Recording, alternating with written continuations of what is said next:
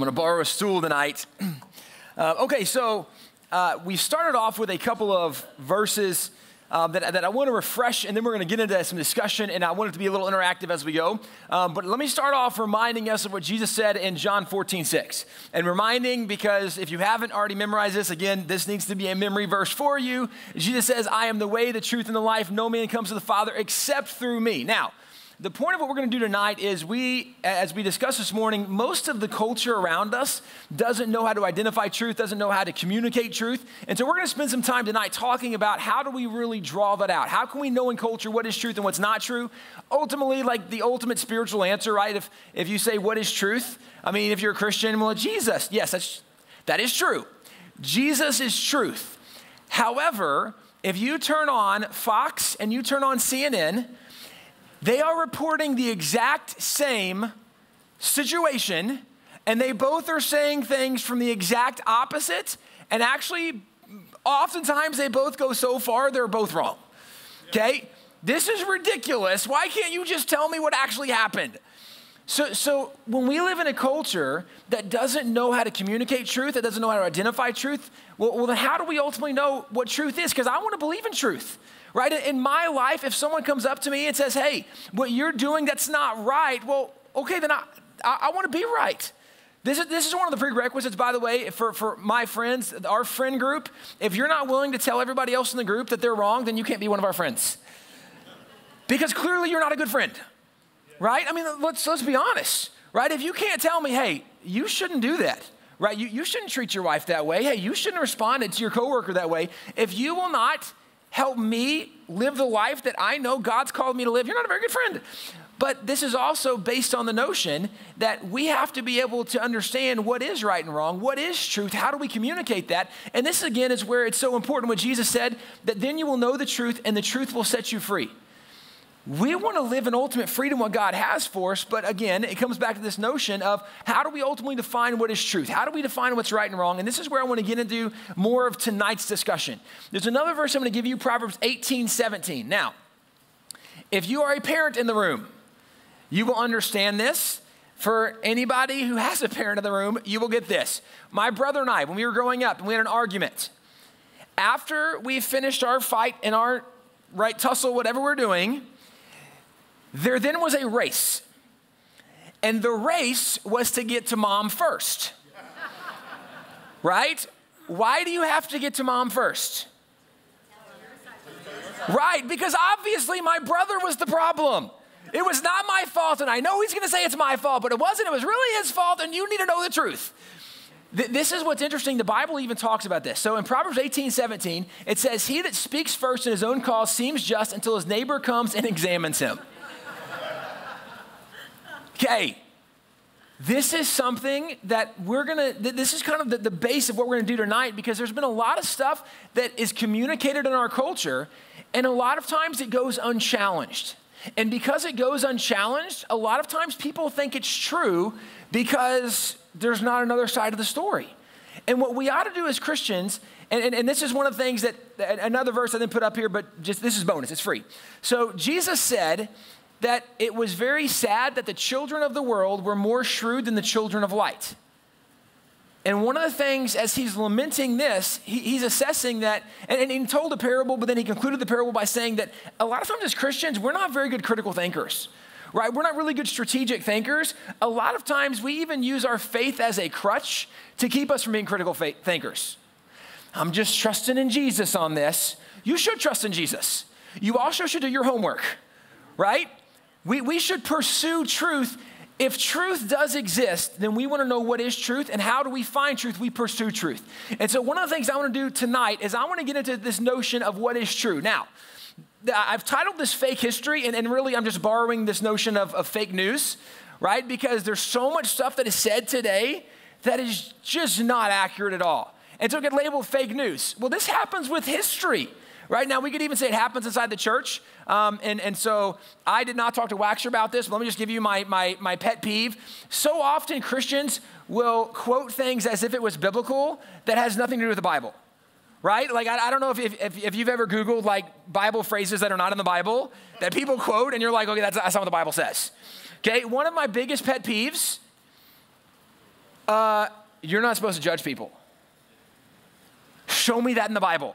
Because Matthew 7, Jesus says, judge not, that you be not judged, for the same measure you judge, it will be measured against you. What he said is there's a measuring stick. But then he follows up, and just a couple verses later, he says, by their fruit you will know them. Do men gather figs from thorn bushes? And he goes through this whole thing. He says you need to watch out, because there are these false teachers that will come to you dressed in sheep's clothing, but inwardly they're ravenous wolves, and by their fruit you will know them. So he actually says you're supposed to be a fruit inspector, right? But we're judging. Let me give you another thought. In Psalms 1, it says, blessed is the man who walks not in the counsel of the ungodly, nor stands in the path of sinners, nor sits in the seat of the scornful. So we're not supposed to be around the ungodly, the sinners, the scornful. How do we know who those people are? Oh, you have to judge. Right? Where the Bible says, don't be deceived, bad company corrupts good morals. Every parent says, you can't hang out with that kid, right? Because that's bad company, it's gonna corrupt your morals. Well, how do we arrive at that conclusion? We made a judgment. Proverbs says, if you walk with the wise, you become wise, but a companion of fools suffers harm. How do we know who's wise and who's a fool? The entire Christian life is based on judgment. Now, I've heard some people say, well, yeah, but we're not supposed to condemn. No, it's true. There's no condemnation for those who are in Christ Jesus. But if you're not in Christ Jesus, you stand condemned already, because the weight of your sin is on you, and without Jesus, you're already condemned. We misuse the Bible so much, okay? Even as Christians, we fall into this trap because we quote what other people say, and we don't actually go to the original source and say, what does it actually say? It would be a travesty if whenever a pastor got up in front of you, they said, this is what the Bible says, and you go, oh, okay. If you don't look it up, understand, it's not the pastor's fault. It's our fault for not pursuing truth. Well, this happens a lot when it comes to the story of America, when it comes to our past, when it comes to our history. So my question is, what is fake and what's real? And here's what I want to do. I want to give you, I know that like notes is not something really taken in church anymore, but you can use your smart device, right? You can go to the notes page, smart device. This is something we need to learn to ask questions in pursuit of truth. Okay, if someone comes, and by the way, every parent knows to do this, right? Your kids come and tell you a story. You don't go, oh, okay, that must be absolutely 100% correct. You actually dig a little deeper, right? Because you're trying to find what is actually true in this situation. Unfortunately, we don't always, as parents, do a good job of helping our students, helping our kids know how do we ask questions in pursuit of truth. So let me just give you an example. So if we're going to ask questions, the first question that I would say you need to ask is, how do you know? And let me just give you an example. So one of the things that I hear a lot, and I do a lot of work in academia. I end up talking to a lot of professors, a lot of teachers, and I actually work with a lot of college students, a lot of where I like to spend most of my time. And so one of the things we hear a lot in the college arena, the founding fathers really weren't religious. They were mostly atheists, agnostics, and deists. They didn't believe in God. They wanted the separation of church and state, and the narrative continues. But here's the first thing we ought to ask. Well, how do you know? Right? Because you can tell me whatever you want to tell me. By the way, it's true as a Christian, right? Well, Jesus loves me, this I know. Well, how do I know? Well, you could say, for the Bible tells me so, great. But where does the Bible tell me so? Okay, we could say, for God so loved the world that he gave, sure. But this is where we ought to have a little deeper theology than just some song that we sing, right? What do we base it on? How do we know that's actually true? Well, historically, we ought to do the same thing. When someone makes a claim or accusation, I want to believe what is true. But the only way I can know what is true is to ask questions in pursuit of truth. Now, the follow-up question would be, what is your source? Because if you said, how do you know? Well, actually, it was written down, or I read it on Facebook, right? Or this professor told me. There's all kinds of things you will hear, but based on the source, to me, will make a difference of how believable it is.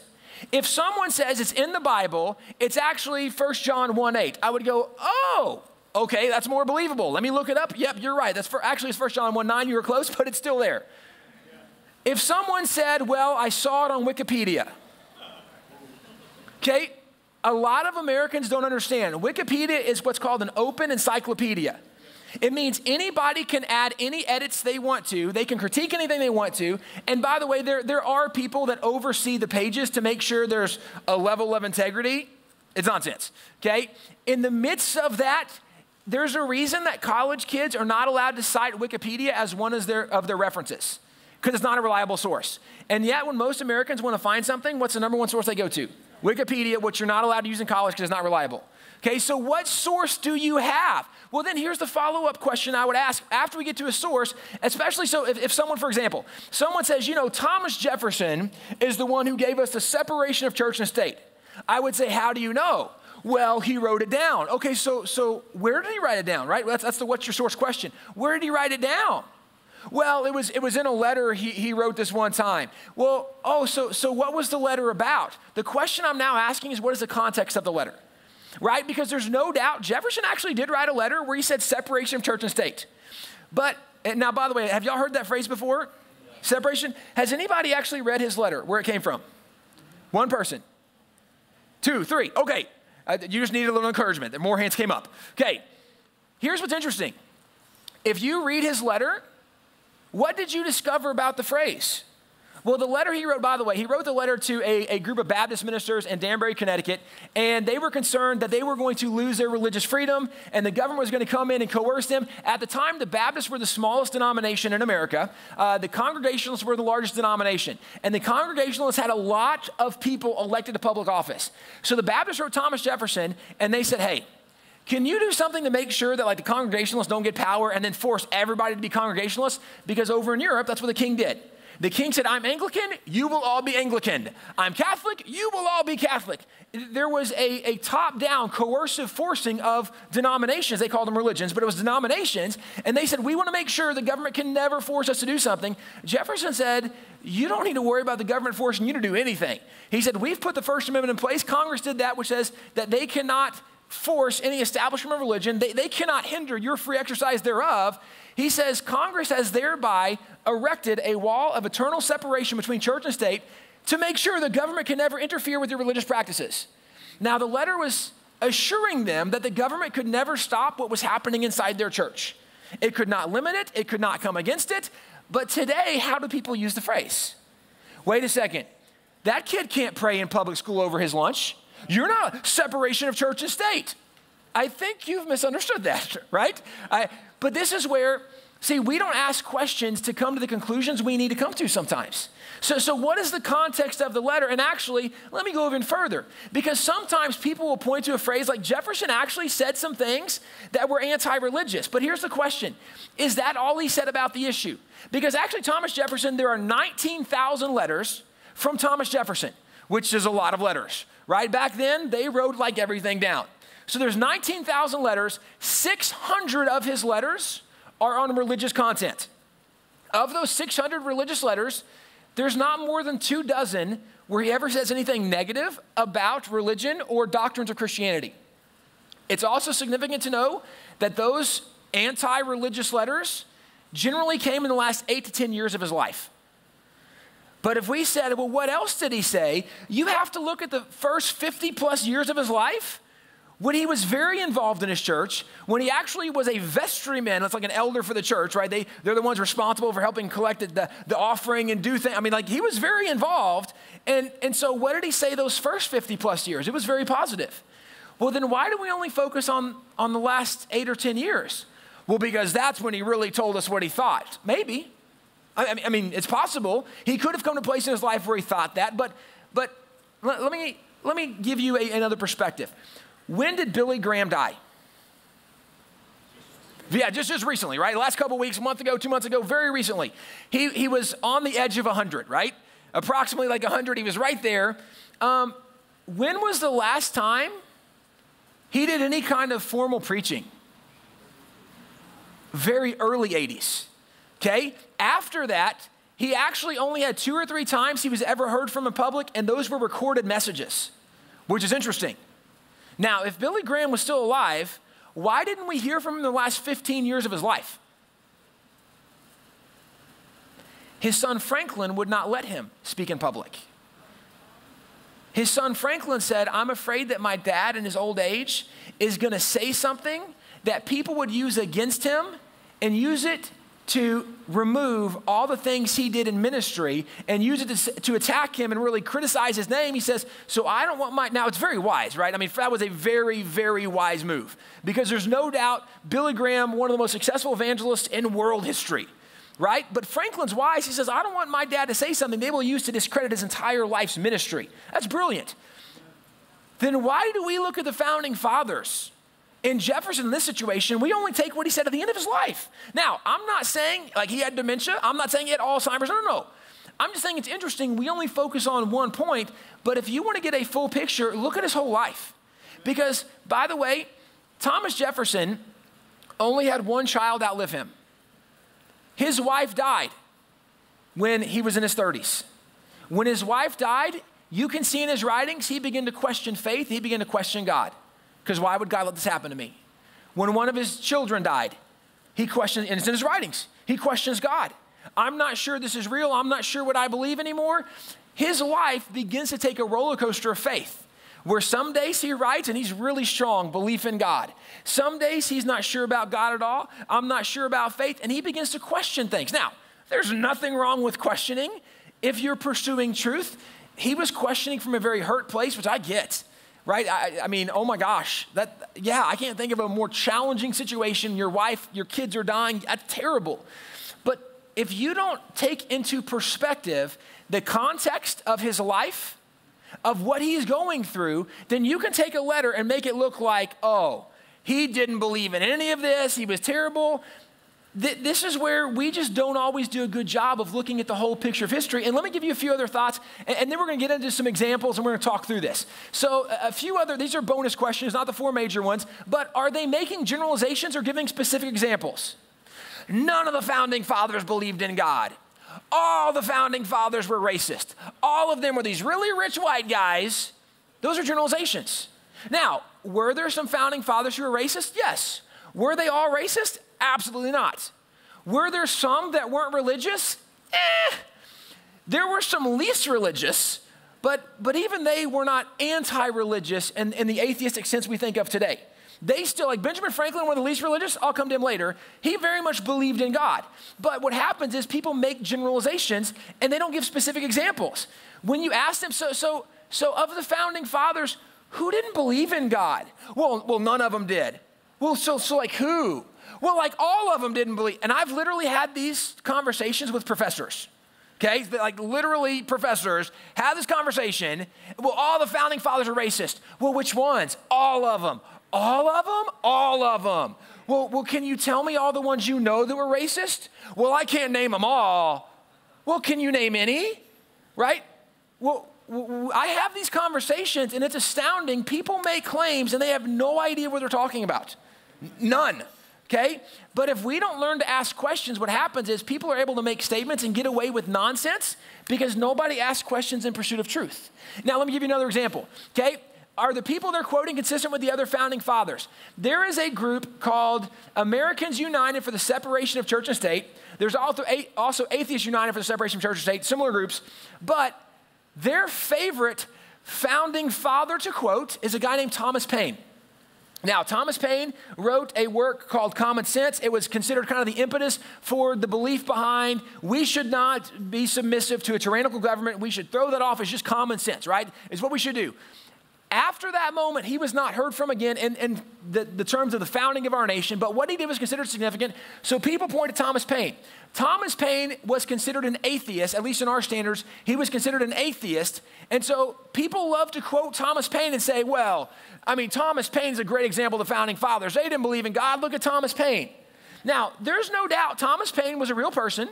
He really did exist, and he actually believed in God, but he hated Christianity.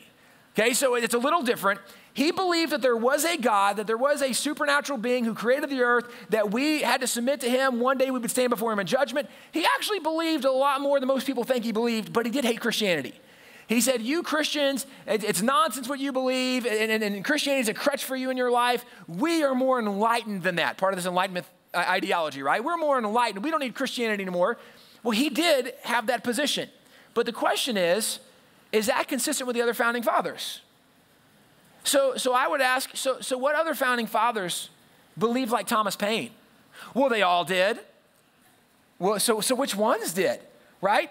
And this is where when you start looking at them, the founding fathers did not have the same views as Thomas Paine. He was one very far exception to the rest of the founding fathers, but this is somebody that people like to quote a lot because he said things against Christianity. You also have a question, do those quotes contradict other times in their life? Thomas Jefferson is another good example. Thomas Jefferson at one point was writing about reading the Bible, and he said, reading through the epistles is like searching through a dunghill trying to find a diamond. His literal quote.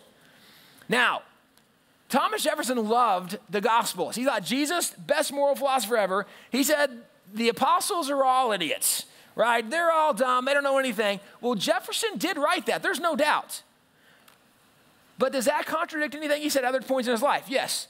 The last 8 to 10 years of his writings where he talked about faith contradict the rest of the writings in his life about faith. And if we don't learn to ask the right questions, we can come to the wrong conclusion. So these are some basic questions, and these are not like the champion questions and like you need to ask these questions. You can ask a variety of questions, but the point is we ought to learn to start asking questions in pursuit of truth. So let me just give you an example. This is something I deal with in universities a lot when I have a chance to speak and even deal with professors. So one of the narratives is, well, the founders were these racist, bigoted slaveholders. So if you're presented with this, what's the first question you should ask? Okay, I would start with, well, how do you know? Right? How do we know they were? Well, it's historic. They all were. And then I would follow up with, okay, you're making generalizations, right? So I'm going to follow up with, well, which ones specifically? Now, this is something I really enjoy to do. I had a chance to speak to a law class. There were I think it was either 24 or 26 law students in this class. And I said, hey, have y'all heard, an undergrad, right? Have y'all heard the founding fathers were all these racist, bigoted slaveholders? And oh yeah, every kid raised their hand. Absolutely. I said, okay, great. I said, so if we look, for example, at the signing of the Declaration, who do you know that owned slaves? And they said, well, Thomas Jefferson did. I said, yes, he sure did. Who else do you know to own slaves? And they couldn't give me anybody else. I said, now it's interesting because there were 56 signers, right? So there were other people. Someone says, oh, well, John Adams owned slaves. No, he actually didn't. They just start saying names they know, right? Well, John Hancock, no, he didn't.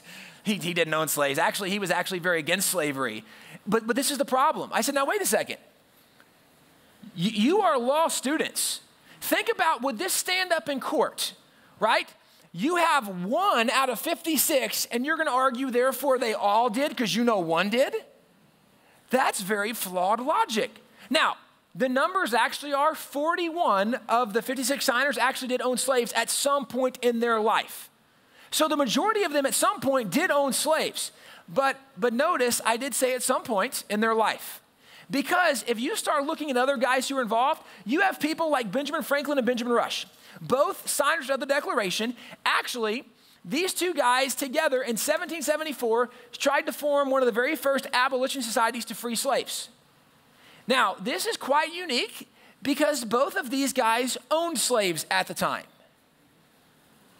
Why would people that owned slaves try to free slaves?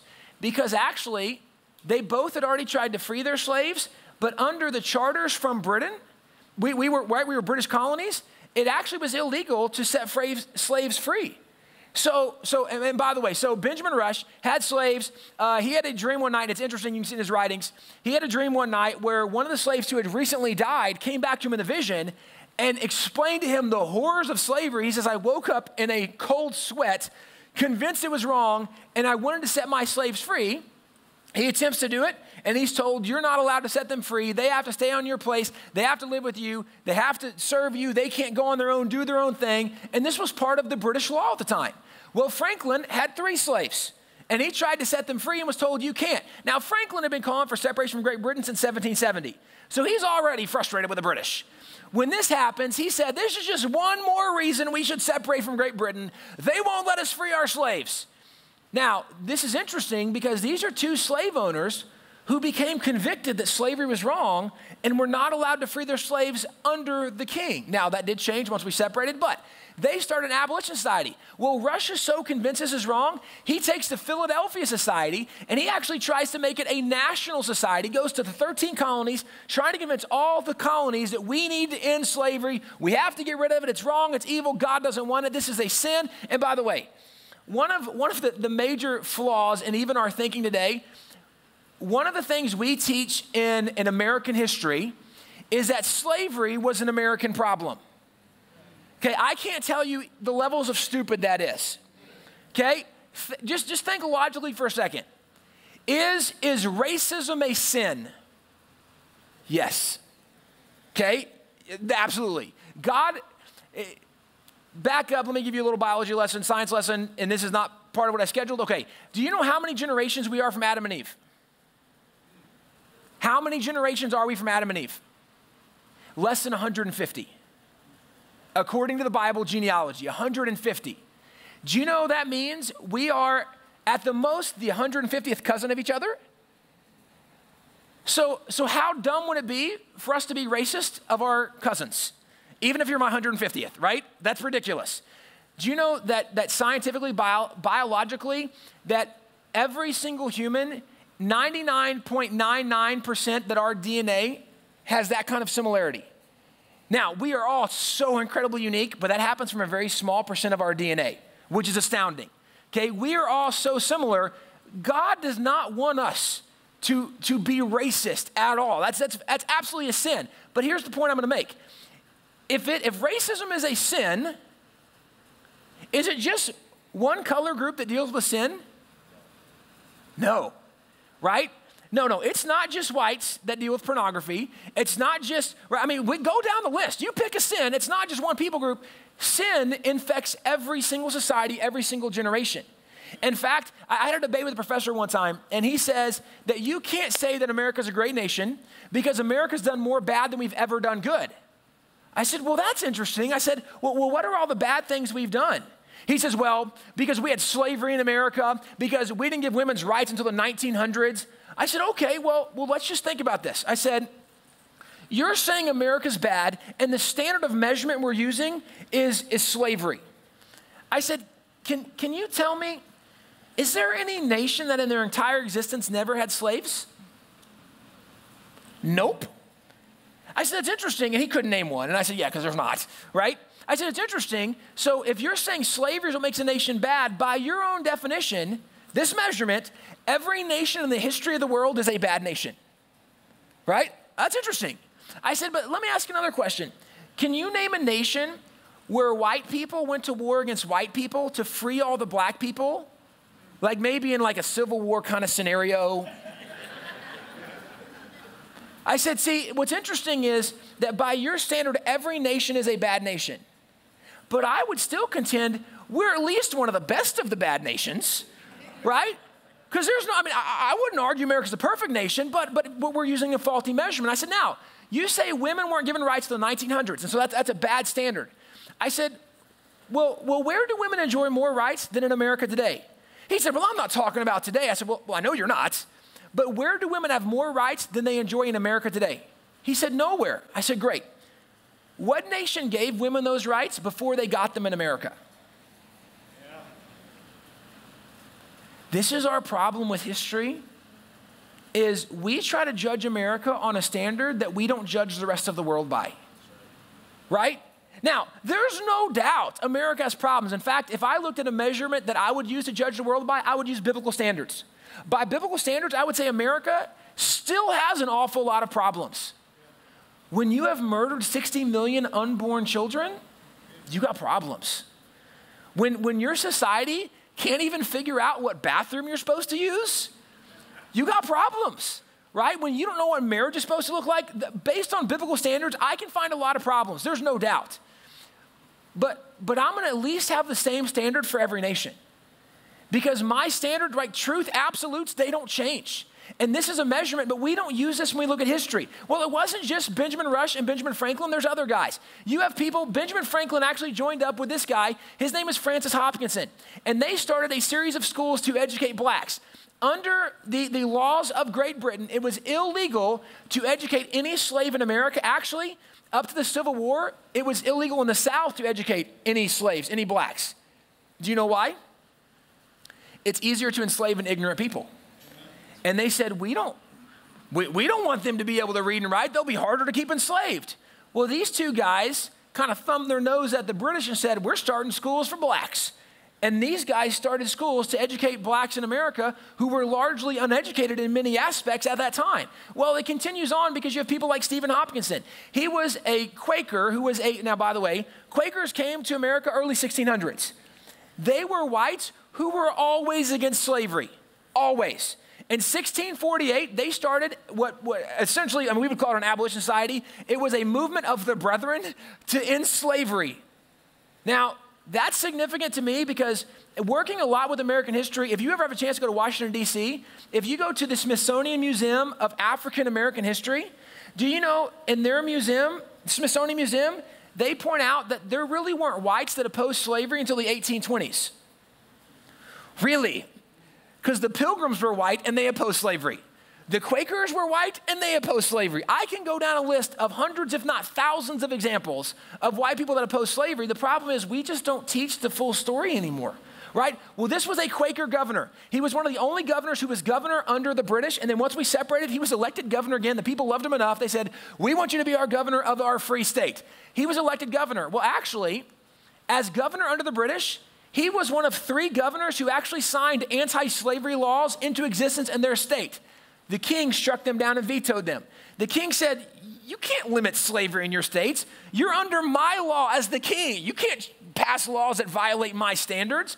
Well, when they separated from Great Britain, 1776, the legislature reassembles and they bring that law back to Stephen Hopkinson.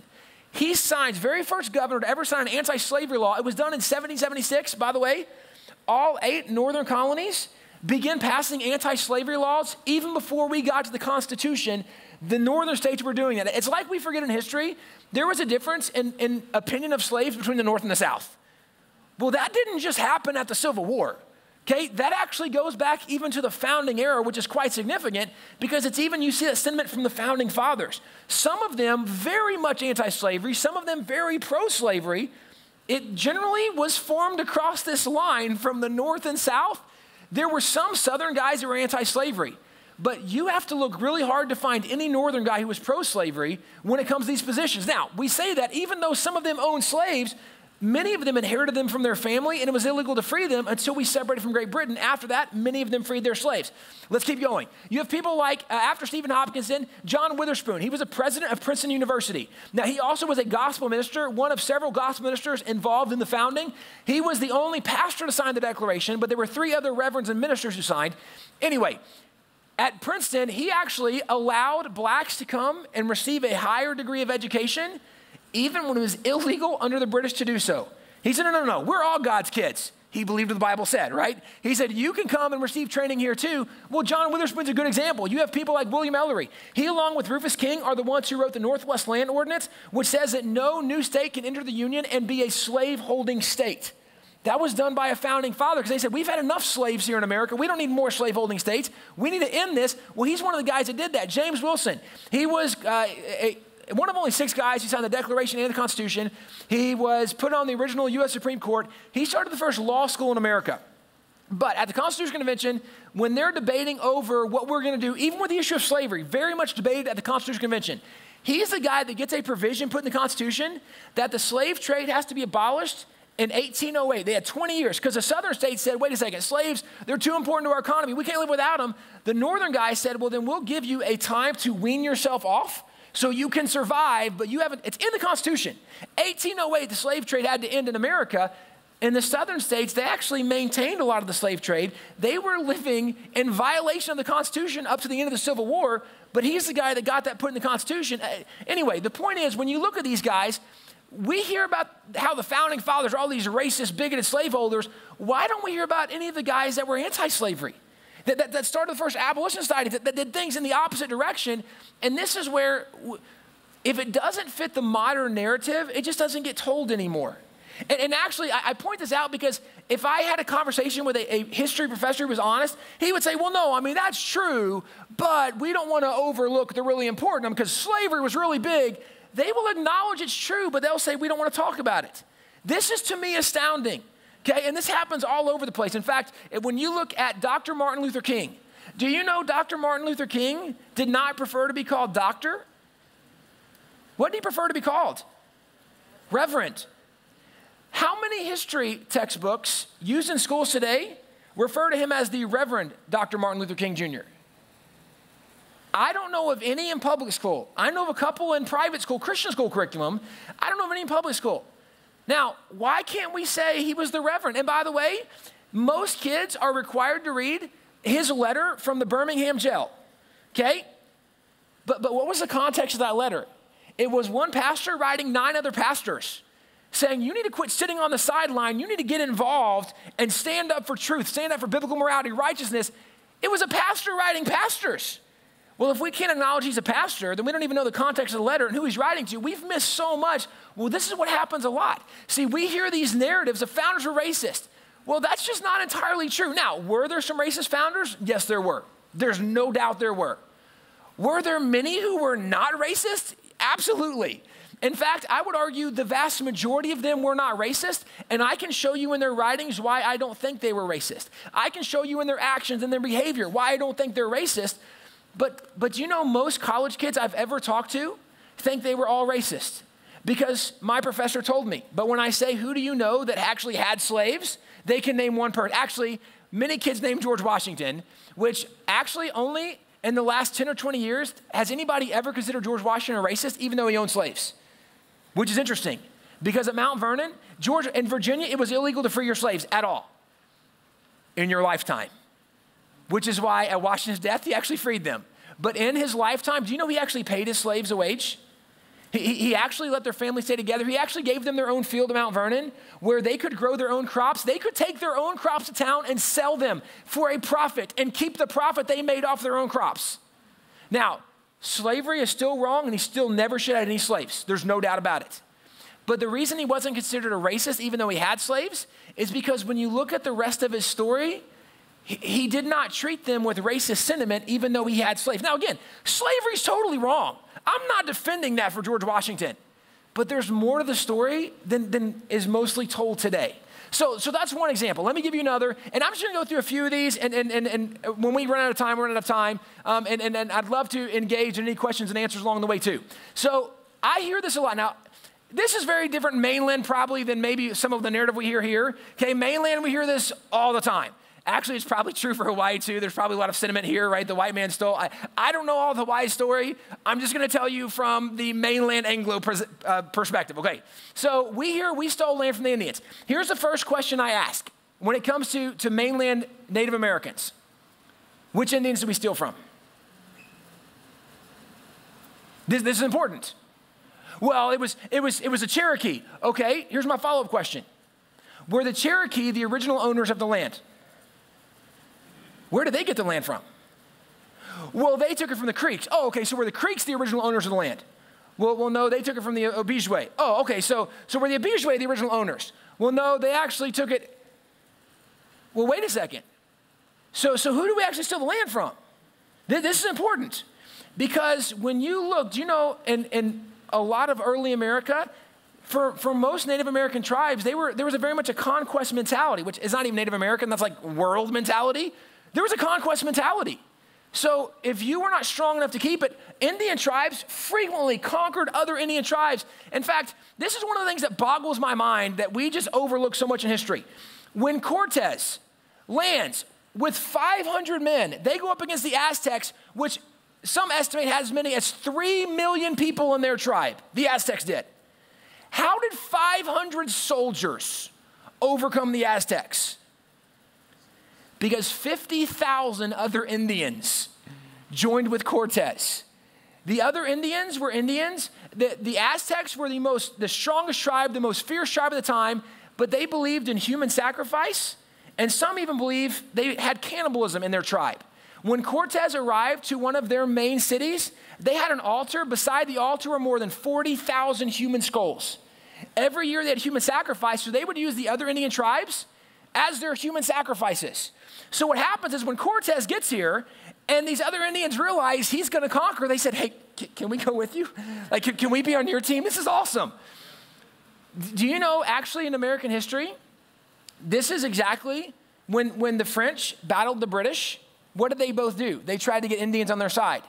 and they offered them rewards. If you will help us conquer this, the Indians understood this notion of conquest. Well, so the first thing I would ask is, what Indians did we take the land from? But here's a second question I would ask. Who stole their land? So what people group was it? Because historically, I can show some examples where there's no doubt Anglos definitely stole land. There's no doubt. But not all Anglos did. In fact, when you look at the early settlers, you don't really see many examples. In fact, if you look, the Pilgrims, some of the very first interactions we see in America were the Pilgrims, and actually, it was the Wampanoag Indians, okay? When the Pilgrims first land, there's 102 Pilgrims. The first winter, they're not ready for the New World. They actually arrived at winter, so they didn't have homes built. They're actually trying to live on the ship, on water, at winter. Terrible idea. Over half of them died. They're down to roughly 50 people. At the first Thanksgiving, Chief Massasoit brings 90 of his braves. And actually, they bring a lot of the food because the Pilgrims are still having to learn how to live in the New World. So the Indian braves bring a lot of the new food. Here's my question.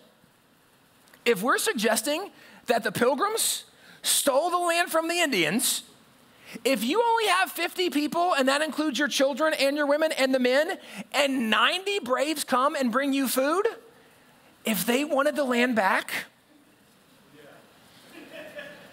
right? I mean, I'm pretty sure they could have taken it like that.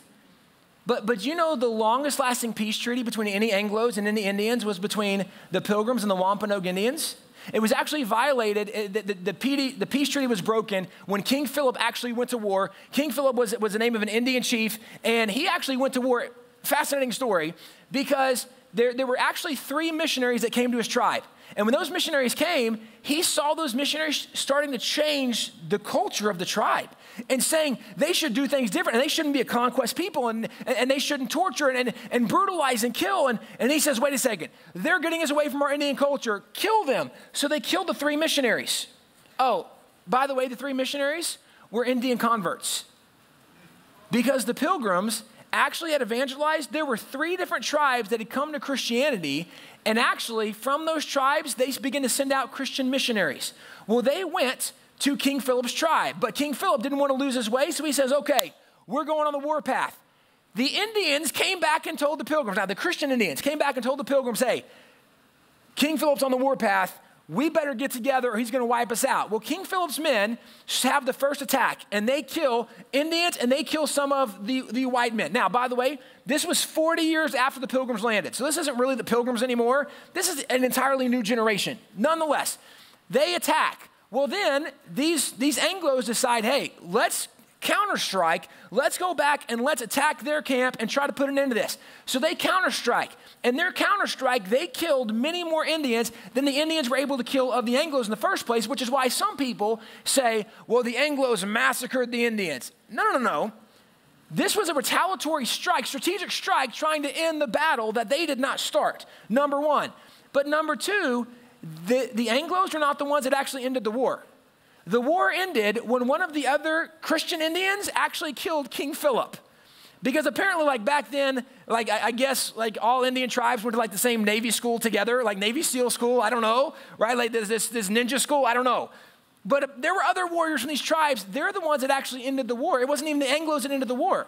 But they're not the ones that started this. So the peace treaty that was broken was not broken by the Anglos. Historically, what you will find is most peace treaties before 1800, when they were not broken by the Anglos.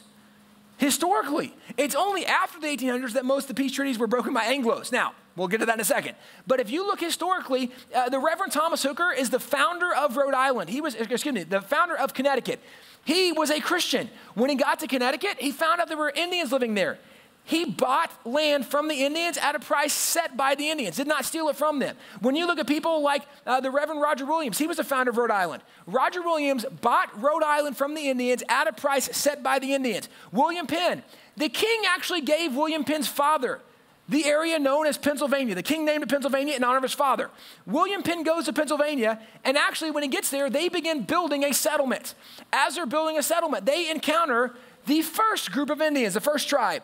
The Indians came and said, what are you doing? And they, well, we're building our homes. And they said, well, this is our land. And oh my gosh, I'm so sorry. Can we buy this from you? Now, the king had already given it to him, but he recognized the notion of private property, which is a biblical perspective, right? You don't steal. The Bible tells us that. So he says, well, can I buy it from you? And they said, well, yes, you can buy it. He says, okay, what do you want for it? They told him, he gave them money. They continued building the settlement. Days later, weeks later, a second Indian tribe comes up. Says, what are you doing? We're building. Well, this is our land. We thought it was theirs. It was your land. Oh, well, can we buy it from you?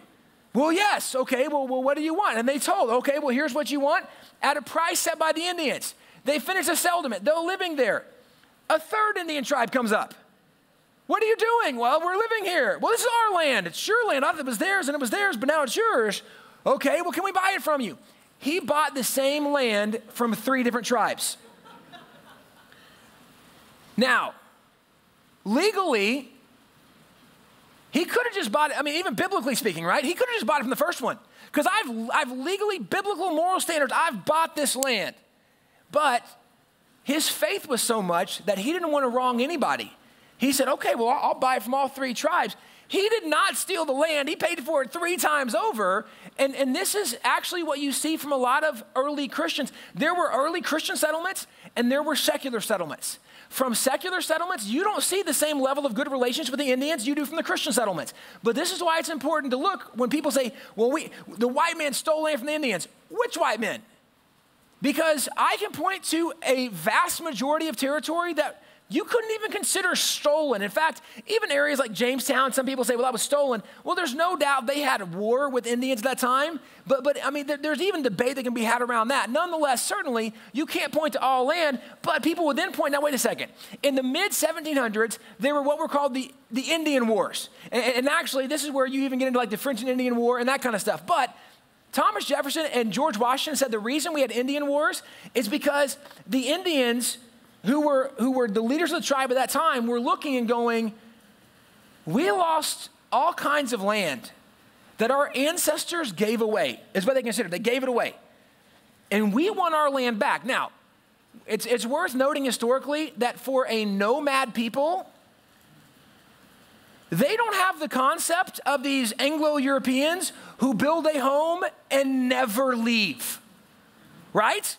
For nomad people, I mean, you're going where based on the season, right? Where the crops and the land and the game. And so you're moving. And so you're thinking, well, yeah, you can stay here. I mean, honestly, both sides in this scenario had to think like buying land was a big joke. Because Indians didn't have the same notion of private property of land that the Anglos did. But the Anglos had a different sense of value. So when they say, hey, can we buy this land? I mean, surely the Indians are going, wait a second. You think you're going to own the land? Yeah, you can buy it from us. Give us a hatchet and a blanket and that's totally fine. They thought they were stealing from the white man. The white man goes, guys, they only want a hatchet and a blanket. Quick, get it to them fast. We're about to get all this land.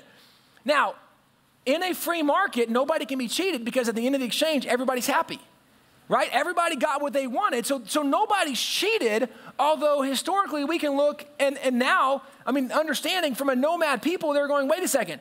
Our ancestors gave away the best hunting land we ever had. We want it back. So the Indians began violating treaties, trying to recapture land that had been legally sold by their ancestors because, again, their ancestors didn't have the same perspective of what they were giving up and how maybe that worked. But this is where it's even interesting because the French told the Indians in the French and Indian War, they said, if you will side with us, when we defeat the British, you can have back all the land your ancestors sold. So the majority of the Indian tribes go, okay, then we will go with the British. Well, the problem was, with the French. The problem was when the British won, they didn't get their land back. And actually, the Indians were living on French territory land. But when the French lost, the British says, that's now our land. So the Indians were then forced off the land they were then living on. So in some sense, you could say, well, that was stolen. But actually, it was a battle, and they chose the wrong side of the war, and they lost. Right? And I mean, that kind of happens sometimes. When the American Revolution came down, many Indian tribes, the British tried to convince them, come with us. And by the way, the British were the strongest military in the world at the time, so it would make sense. Come with us. When we defeat these guys, we will give you land. So Indians sided with the British. When they lost, guess what happens? They lost more land because the British lost claims and holds. This is territory they lost. But this is even lost in battle. It's still, you can't define it really as stolen. But if you go forward, if you look in 1789, this is when they did the Northwest Land Ordinance. In the Northwest Land Ordinance, Article 3, it says, the utmost good faith shall always be observed toward the Indians. Their lands and property shall never be taken from them without their consent. It was in the law. You can't steal from the Indians. If you want something, you have to buy it. This was the law of America. You couldn't just arbitrarily take. And by the way, that was for anybody. Right? Stealing is wrong. We understood that. That was a biblical position. Okay, well, let me give you one more thought. So one of the things in Wall Builders, we have over 120,000 artifacts from early American history. Actually, over 100,000 from before 1812. Some really cool things. Some of the original things we have include land deeds. This is an Indian land deed, 1728, where they sold 7,500 acres to a white family. Here's another one, Indian land deed. This one, it actually is for 300,000 acres. That is a big piece of property. There's another Indian land deed. This one is one of my favorite because it doesn't actually even specify how much land, and the only thing it says is we are selling this to the white woman. Now, historically, it's been identified the white woman was Mary Jemison. Nonetheless, if there are sales deeds for land, what does that tell me? Then we could not have stolen all the land. Now, did theft occur? There's no doubt. There were times theft occurred. But do you know, actually, when most of the mistreatment of Indians occurred was actually only after you had Andrew Jackson become a military leader and become president. Almost all of the Indian abuse under white men, under Anglos to the Native American Indian happened under Andrew Jackson, historically. Well, that's a little different than the founding of our nation and stealing land. Now, again, there's more to this story, but this is where sometimes we speak in blanket statements, and that's just not accurate, right? But if we don't learn to ask questions in pursuit of truth, what happens is we can believe a lot of things that just aren't true. Let me give one more as an example, and there's a lot of examples we can run through, but we're running short of time already because I'm talking a lot. Okay, so this is one in Texas. We hear this a lot. Being on the border with Mexico, Mexican government officials still to this day claim that Texas was stolen from Mexico. Now, one of the things in Texas, you have to take Texas history. I don't know if like Hawaii, you have to take Hawaiian history. I don't know. In Texas, we're pretty proud of Texas. You need to know about our state. So if you grow up in Texas, you have to take Texan history. One of the things we learned, this is the yellow is what Mexico owned at that point in early 1800s. Well, what happens is there was a situation called the Alamo, okay? It was the battle for Texas independence. This actually happened when you look at the top of the Alamo, there's a flag that's flying. The flag that's flying is actually the Mexican flag from 1826. Now, why does that matter? Well, because the Alamo battle happened in 1836. And actually, a lot of people would argue that this was a lot of Anglos. There were some Mexicans there, but it was mostly Anglos, which is kind of true. The Anglos, because they lived in Mexico, they were considered Texicans, is what their title was. They were part Mexican, they were part like Anglo-Texas, but they were called Texicans. So they're living there, and there's a lot of Mexicans there at the Alamo too. But why this matters, in 1824, Mexico wrote a constitution. In that Mexican constitution, there was a Bill of Rights that all the people had certain rights. Well, then Santa Anna comes on the scene. When Santa Anna comes on the scene, he says, wait a second, that Bill of Rights, no. I am the leader. You have to do what I say, and no, you don't have provisions and rights and the guarantees. It was at this point that many of his people begin to rebel against him, and they said, we want to go back to our Constitution, which guarantees our rights. It's why at the Alamo, they flew the 1824 flag, because that's where they said, in our nation, Mexico, it guarantees our rights. Well, this battle beyond the Alamo, the war was ended. It actually ended in 1836. So the entire war, this revolution happened in 1 year, and that 1 year, Texas won her independence. Texas then became her own free, independent nation, was not part of Mexico, and actually did not enter the Union until 1845. That is 9 years. Now, how can the United States steal land from Mexico when Texas was her own nation for 9 years? That's a quandary, okay? They're already their own nation. There's no way they could have been stolen, but here's one of the funny arguments that I hear. And this is where, if we just had more common sense, we would realize how ridiculous some of these arguments are. One of the arguments is, well, actually, the surrender shouldn't have counted because he was under duress and didn't really mean it. I'm not kidding. This is a legitimate argument from a college professor. He is a professor of Mexican studies, Texas, promotes this idea. Says the surrender doesn't count because he was under duress. I feel like we should talk about what surrender is, right? The only reason you ever surrender is because you're under duress, right? That's how that works. Have you ever been in a wrestling match? The only reason you surrender is because you're under duress. This is the amount of ludicrous notions that are being put out. And the reason I'm presenting this is we can go, by the way, we can go for, just down a list, time after time, example after example. We could talk about the separation of church and state, which we're not going to have time to get into tonight. But that's a really easy one to disprove. A lot of notions and narratives. We could talk about the religion of the founding fathers, which again, easy. I don't have a lot of time to get into it. There's a lot of stuff we could talk about. But the point is, all of this kind of stuff is being taught to the next generation in colleges right now.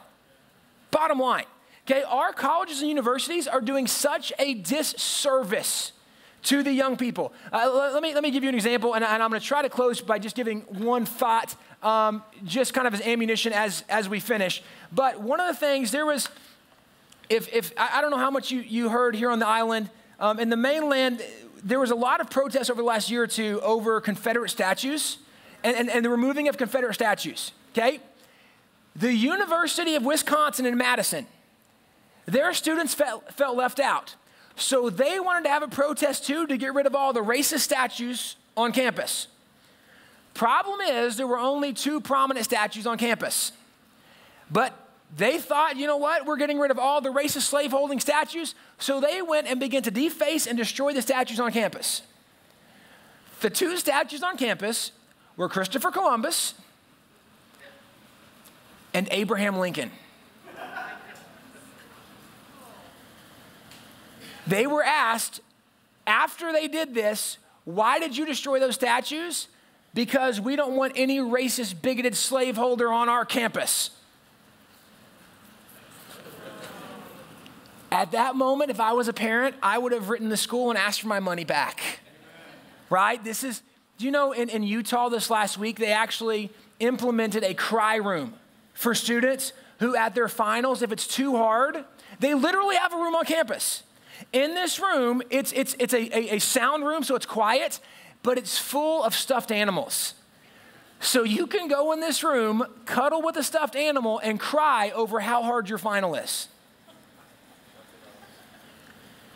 I can go on, for example after example, because we do a lot looking at universities and how bad what they do is. This is the nonsense. We're not teaching students how to think anymore.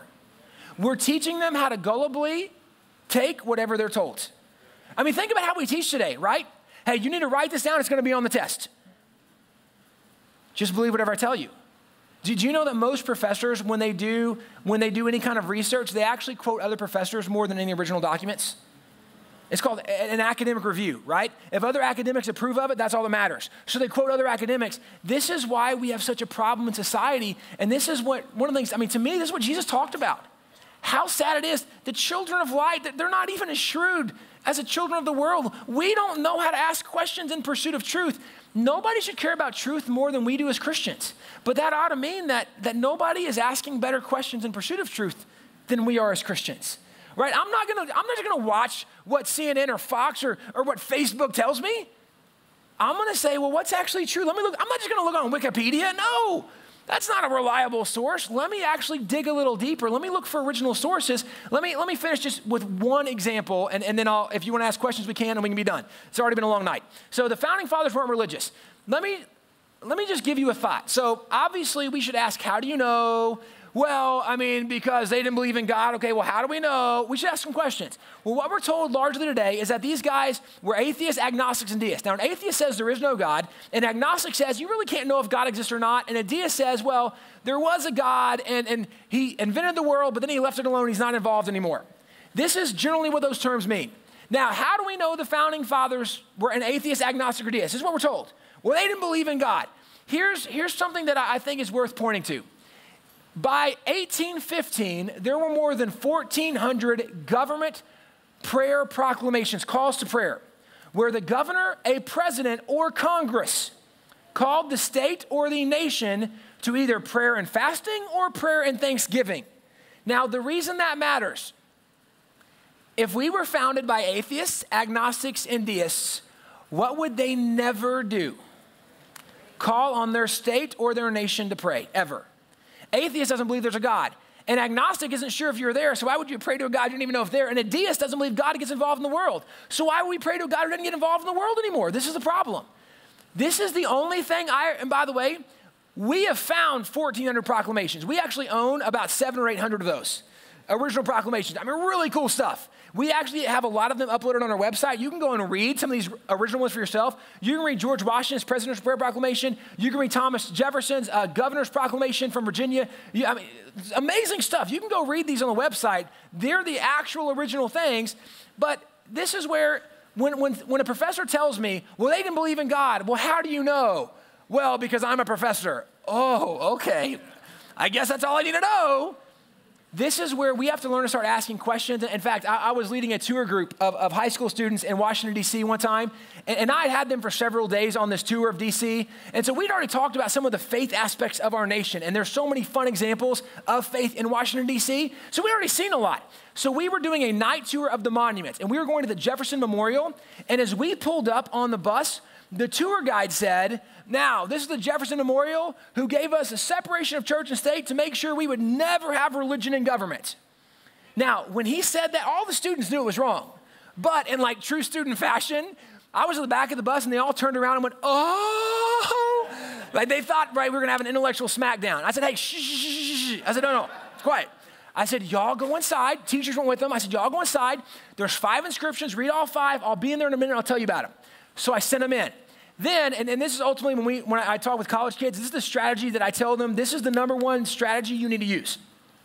It's the dumb, I want to learn strategy. So I went up to this tour guide, I said, sir, I said, hey, I'm leading this group of kids, and I've been trying to tell them all week about the separation of church and state and how Thomas Jefferson believed in it. I said, but I can't find where that actually came from, and I want them to see this so they know it's real. Can you tell me where that came from? He said, oh, yeah. Jefferson wrote that in the Declaration. I said, really? I said, see, because I made them read the Declaration before they came because I wanted them to know what it said, and it wasn't in there. He said, really? I said, yeah. He said, oh, you know what? Jefferson wrote that in the Constitution. If you don't know, Jefferson was in Europe when the Constitution was written. So he did not write in the Constitution. But I said, sir, we actually read the Constitution before we came, and it wasn't in there either. He said, oh, you know what? It's in the Bill of Rights, which I'm thinking is part of the Constitution. But I said, well, you know what? We actually read the Bill of Rights too, and it wasn't in there. He said, really? And he starts thinking. I said, see, this is why I'm really struggling, because people always talk about this, and I can never find out where it comes from. I'm just trying to learn so I can help my students. He says, you know, I bet I know where it is. I bet it's in the Jefferson Memorial. I bet if you go in there, read the inscriptions, you'll find it. I said, you think it's really in there? I said, okay, hey, would you mind coming in and I'll get all my kids around and you can show us where it is? And then we'll know and it'll be so cool. And he says, well, I'm not really supposed to leave the bus. And by the way, I know it's not in there. He said, I'm not supposed to leave the bus. I said, hey, don't worry about it. I'll find it. Thank you so much. So I go in and I tell my kids all 5 inscriptions, what they are, why he wrote them, what they were about. We then go back to get on the bus. And as I go to get on the bus, I make sure I'm the last one on the bus. And the tour guide sees me waiting. And he kind of hangs his head like almost in shame, like he knows it's coming. And I come up and I said, sir, I said, we read all 5 inscriptions. And none of them said separation of church and state. I said, do you have any other ideas where this might come from? And for the first time, he was honest with me. He said, son, I have no idea where that phrase comes from. This is just what they want me to say. I said, oh, so you actually don't know what you're talking about. I said, don't worry about it. I'll just Google it tonight. I'll find it. Don't worry. Thank you for helping. Now, the reason I said I'll Google it tonight, I was trying to plant a seed in his mind that if you will go Google it tonight, you can actually read the letter and he would realize what he's saying is totally wrong. I mean, because obviously it was not the moment for me to go, actually, sir, I'm really smart. Let me tell you what it says, right? It wasn't that moment. But see, one of the things that strategically, And this is what I tell college kids. If you're in a class and the professor's saying something ridiculous, you need to start asking questions, but you have to ask it from a position of naivety and curiosity. Because if you ask it and the professor feels like you're challenging their authority, what happens, I mean, every parent knows this, right? I will defend the position of authority because I'm the authority. And I will be right. Even if I'm wrong, God help me, I will be right. Right? So we have to make sure we're not challenging their authority, but at the same time, we can question in a pursuit of truth. I had a college kid one time text me, he was in class and said, hey, my professor just said all the founding fathers were raging alcoholics. I don't think that's right, but I don't know what to do. I said, well, you should ask questions. I said, pretend like you don't know anything, you just want to learn more. Ask her for a source for that information so you can look it up for yourself. The professor says, okay, well, really, the best place for you to go, there's an article on the Huffington Post that you should look up. If you're not familiar, that's not a good source. So he sent me a link, and I read the link, and I'm just blown away by how bad this is. So I actually texted the kid back. I said, okay, point out to your professor, there's actually no footnotes anywhere in that, even though they make all these claims about them being alcoholics, and ask for any kind of original source. So he asked the question again, says, hey, I read the article, there's nothing in there. Can you give me some more information? Where else can I find this? And the teacher said, well, the professor said, the only other place I've ever seen somebody talk about this was a 1-hour special on the History Channel.